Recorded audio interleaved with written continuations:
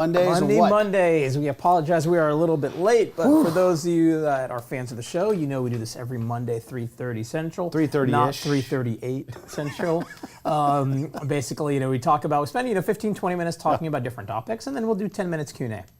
So, with that said, since I know we're tight on time, then I don't need to hear anything about your weekend or your day. I really don't care much. But let's talk about the important stuff. My weekend stuff. was pretty good, but let's get right into multifamily. Let's get right into what we're talking about today, which is how to build your multifamily rehab budget.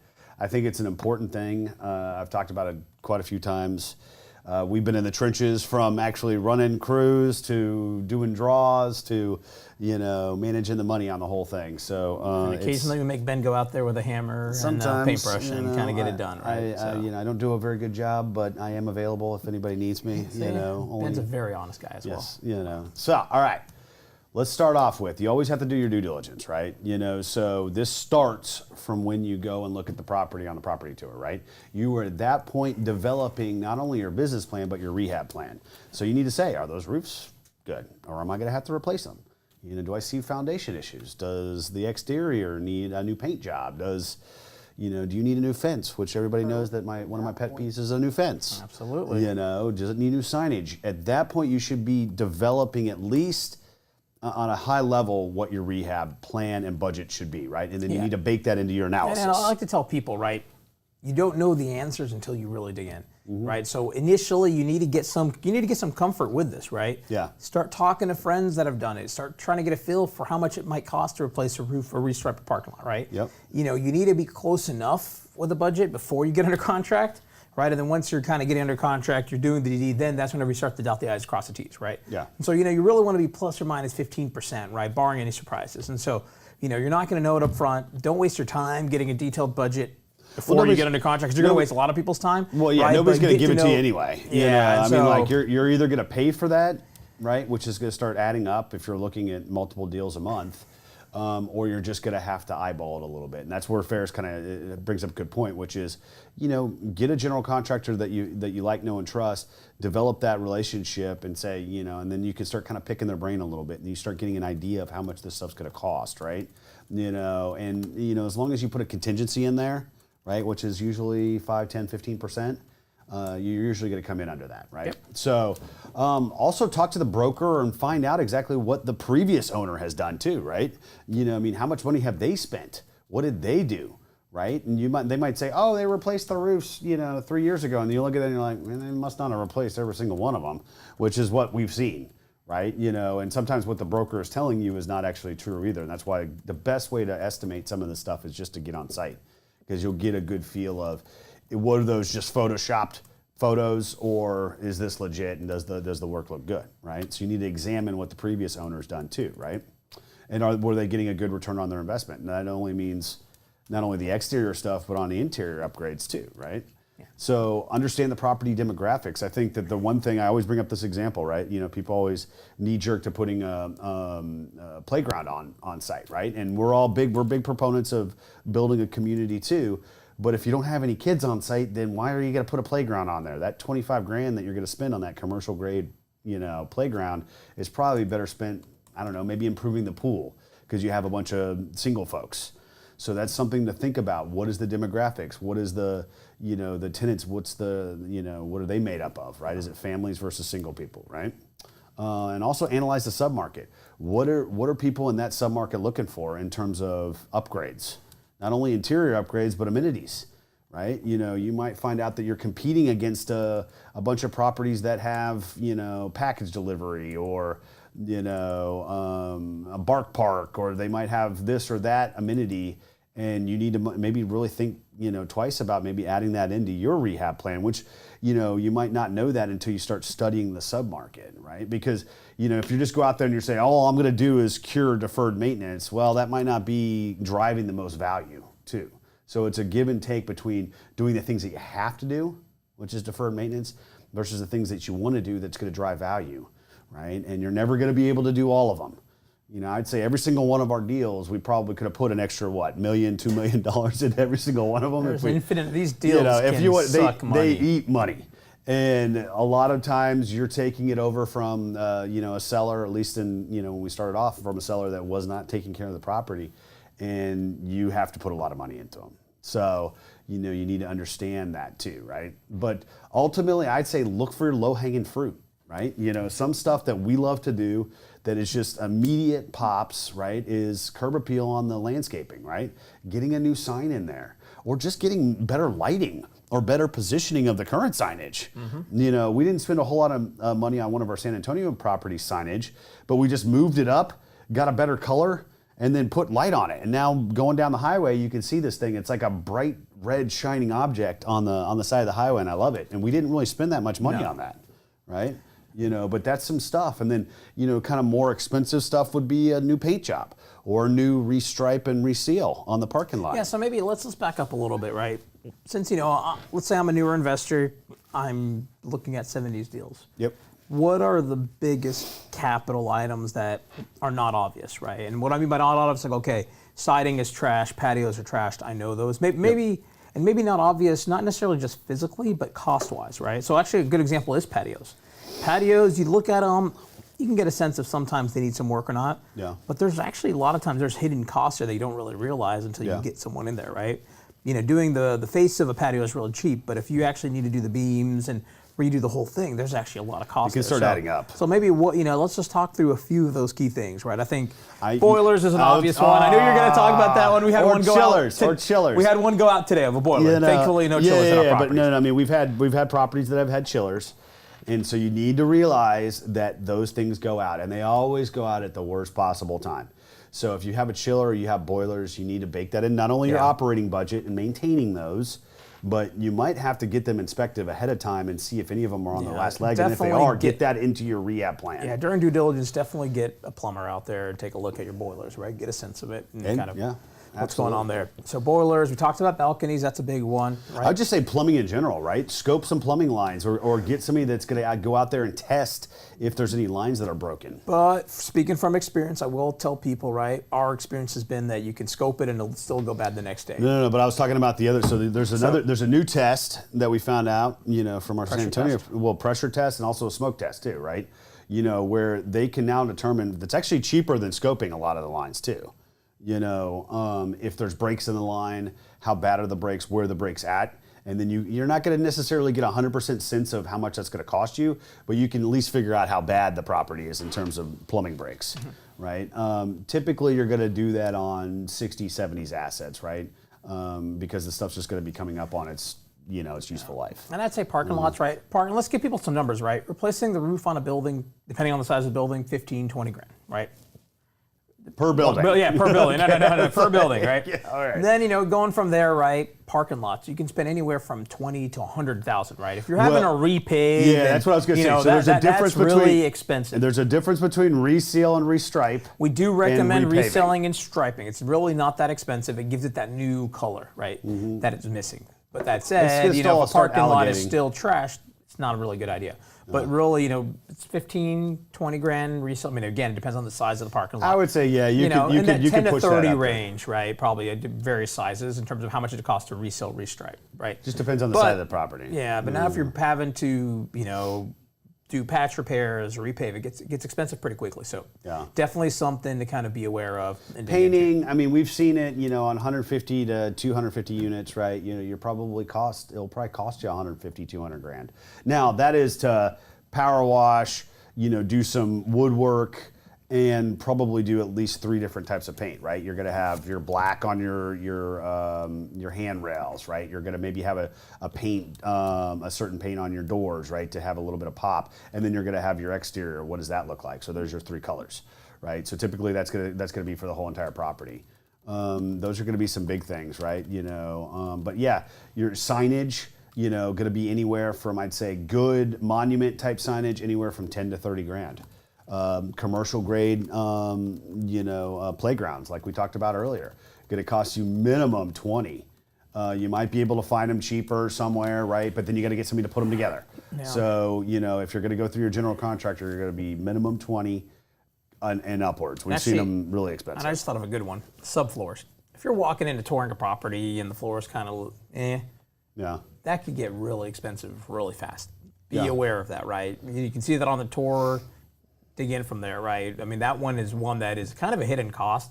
A lot of times, people try to just put stuff on top of it and not really realize it. But if you're actually going to go in and do those repairs, it adds up very quickly. Yeah. And so let's talk about the stuff that you're going to see on the property tour, right? Because once again, the broker is going to be manicuring your path through the property. He's going to be showing you the best part of it, the best units. He's going to try to not bring you to that backside of the property that might look a little bit in disrepair, right?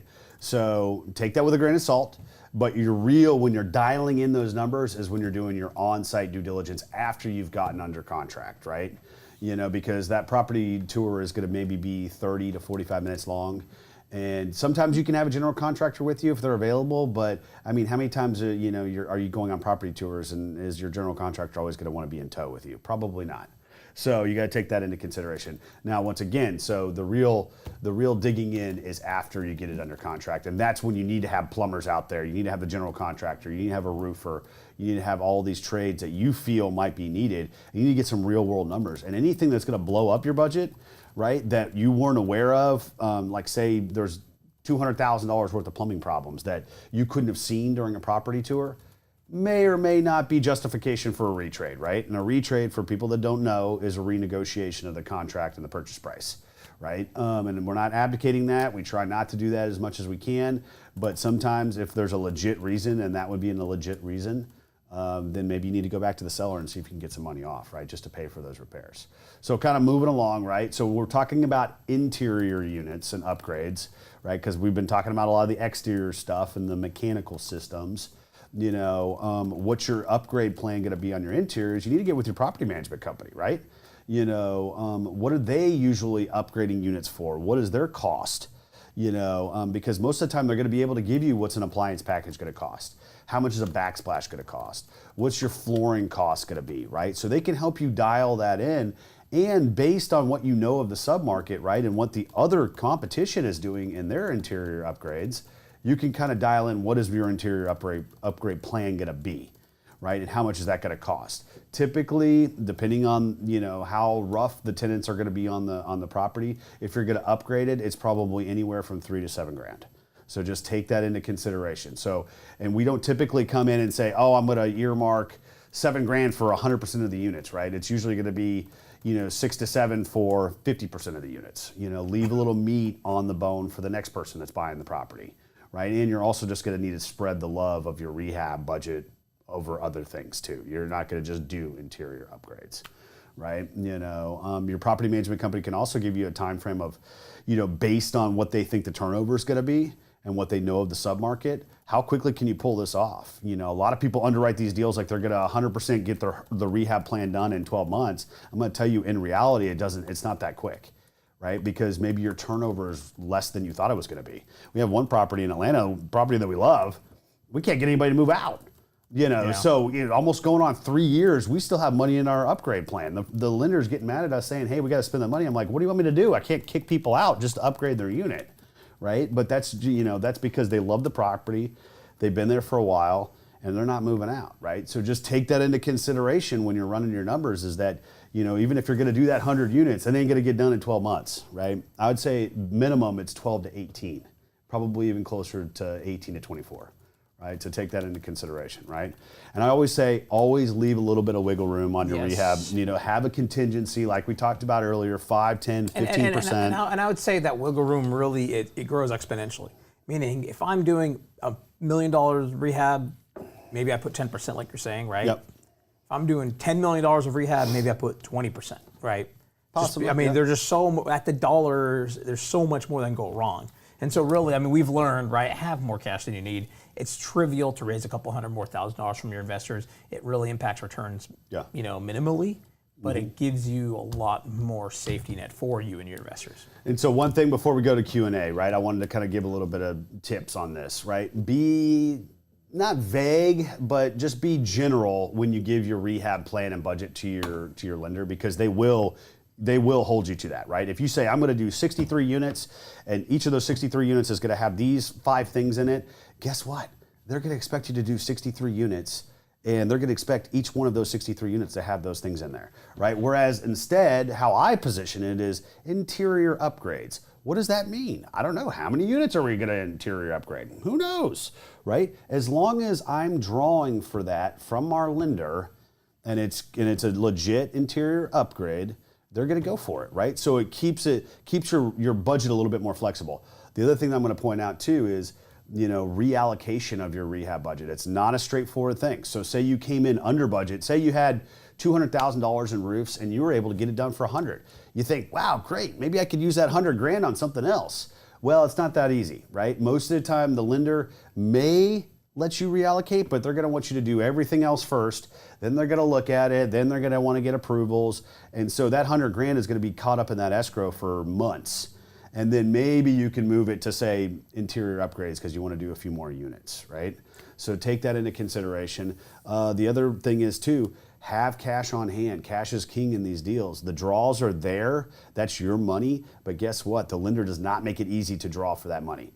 And so if you have vendors, you have general contractors that are looking to get paid, they're going to have to either realize that it can take months to go through the process, or you need to have money to pay them first, then wait to get reimbursed, right? So cash management is king. Ask us how we know. Our first few deals, we didn't do as good a job as we probably should have, and we're not going to make that mistake again, right? So always, have a little bit of extra reserves when you're doing your rehab, because that's going to just make the process a lot more smooth, right? So, man, I blew through that a lot more quickly than I thought I was. Well, you didn't. You took forever. We only have 4 more minutes left for our guests. So, Monday Mondays for every Monday, 3:30 Central. I let Ben do the talking while I just sit here and hang out with you all online. He enjoys that. I enjoy this. It's a win-win relationship. We do talk about different topics. If you have ideas for future topics, let us know. Please. Otherwise, Shanna will guess something, right? She's really good at that one. She does a great job. But that said, we're in the Q&A section. So if you have questions, let us know. But that said, really quickly, let's kind of go through some of the comments that came in. So, all right. Ronnie asked, "Where's the Disrupt branded plaid shirts?" We don't Man, have. I got a Disrupt branded We need to shirt. get Disrupt plaid shirts. We'll get one of Ronnie. just for, no, actually, I just like for the one. I think support. that'd be nice. That'd be nice. How have y'all adjusted rising rehab costs these past few months on new deals? That's a good question, right? I mean, for those of you that don't know, wood has gotten really expensive. Ask me how I know. I built a wooden thing, and it's like, man, I don't remember paying that much for 2x4s. Yeah. But I mean, it depends on the kind of rehab you're doing, and ultimately talk to your contractor. They'll know where things are changing. Yeah, I mean, I know because of COVID, appliance packages went up too, right? Yeah. Because at the time there was a shortage on a lot of this stuff that was coming out of China. There was a long lead time as well. You just need to bake that in. And once again, your general contractor, your vendors, or even your property management company will give you some insight as to, how long is this going to take? How much is this going to cost? Go to the experts. Yeah, so Jefferson says, howdy. Hey, Jefferson. Savion says, what's going on, fellas? I feel like I didn't get to talk to him enough at the conference. No, he came up and said hi, man, but I didn't get a chance to. I was about to go onto a panel, but I appreciate you coming out. He likes man. that camera angle switch. Now, thank you. Ronnie says, how to find good contractors for interior upgrades. Most GCs don't like doing interiors. That's true. That's actually a great point. Referrals. Thank you, Ronnie. I think, once again, it's probably going to be more of a local person, more of a handyman. If you've got a big enough crew on site, maybe you can pull it off, internally too. It just depends. I would once again work with your property management company and say, who do you suggest? Yeah. And they're going to typically ask have them a couple. and talk to other owners. Yeah. Right. Iggy says hi, hello. Iggy. Did he come out to the conference? No. I'm disappointed, Iggy, but we're going to see him in Florida, either at the next MFin or next MFM, maybe. Right? So are we doing, where are we doing, Miami? 90% sure I'm going to schedule a call tomorrow. We're gonna We push are most this to 95. likely to do the next MFin in Miami in July. So be ready. What is it, July 24th? A little bit closer for you, Iggy. July 24th. Hopefully, God willing, Miami. We all need some beach time. All right, let's keep going. So Jefferson says, how long does it take now for the draw process of lender on giving you the money? It's a 2 month to 2 year process. Is my answer to that one. I would say we've seen it as long as 6 months. I've seen it as quick as about 4 to 6 weeks. It typically is not, and it's all over the map. And each lender is different. Each asset manager and their team is different. So you just need to know that you will have some time in between when you submit that and when you're going to do it. And that's the other problem too, is that you might be submitting for things that had happened for maybe a couple months prior to that. And then you're also waiting 4 to 6 weeks on a minimum after that. So there could be months in between there. Yeah. So let's keep going then. So our buddy John Montero says, and he's got a great comment. What do you got? Blank is the best. What is the blank? Blank is the best. Yeah. What one in the bank? End the blank. The what? The who? The bank? He The said blank? Shanna is the best, is what he said. Shanna is She the is the best. best. Oh, we're calling her out. So I wanted to see what Ben said, if he was going to be full of himself and say Ben is the best, or if he No, was going to dude, say... my name's not Ferris, all right, bro? Like, come on. No. Ronnie says, future topic idea. Bring Jackie on to talk about property management. We can. We should. We absolutely can. You Says, know. Ronnie We gotta says, she's been on the road looking Yeah. at all of our deals for the last 3 or 4 weeks. So Yeah. So let's see. So Ronnie says, how much working capital do you underwrite nowadays? Oh, that's so deal specific. well, yeah, I mean you're gonna have to have, reserves. 2 to 6K a door minimum, kind of on the. Yeah, man. I mean, I'd say at least 10 to 15% of your, I've seen it where, people need to have a month of, operating expenses and note to 2 months to 3 months. That's kind of how I look at it. But, it's substantial at this point, right? Because you can always give it back too, right? That's what people forget. Say you only want to have some additional reserves during your rehab. And then maybe after that's done, you're like, why am I sitting on the money? Maybe you hold on to a little bit and then you give the rest back to your investors, right? As a return of capital. You certainly can do that too. So, Absolutely. it might be a good way to skin that cat. But All right. Well. I already that got said, through it. Any more comments, questions? Otherwise, we're at time and we're going to Whoa, call this a wrap whoa, here in a second. But whoa, really quickly, whoa. a couple things. Whoa. We're talking about the toolkit, man. Don't rush me. Keep going. All right. So Bears is all about, we got to be done at 4. All right, disruptequity.com/toolkit. Some of us got meetings and calls. So this is where all of our checklists, all of our webinars, all the podcasts that we're on. Shanna does a great job keeping that up to date. It's all there, so check that out if you would. Like we talked about, MFIN is coming up too, so we probably will have something about that in the next couple of weeks once we nail that down. But think July, think Miami. Next week, fun topic, accredited versus sophisticated. What does that mean, right? There's a lot of people coming into the space. Am I accredited? Am I sophisticated? What's the differences? Why does that matter to a sponsor? Why does that matter to a passive investor, right? So we'll go through, soup to nuts, A to Z, that whole entire process, right? And probably get into, so a sponsor or passive investor is probably gonna like that topic. So check that out next week. We blew through this one. Sorry, we're 8 minutes late. I'm gonna blame Ferris. But I think we're about ready to wrap. We're on to wrap. Somebody Mondays. We will see you all next Monday at 3:30 Central.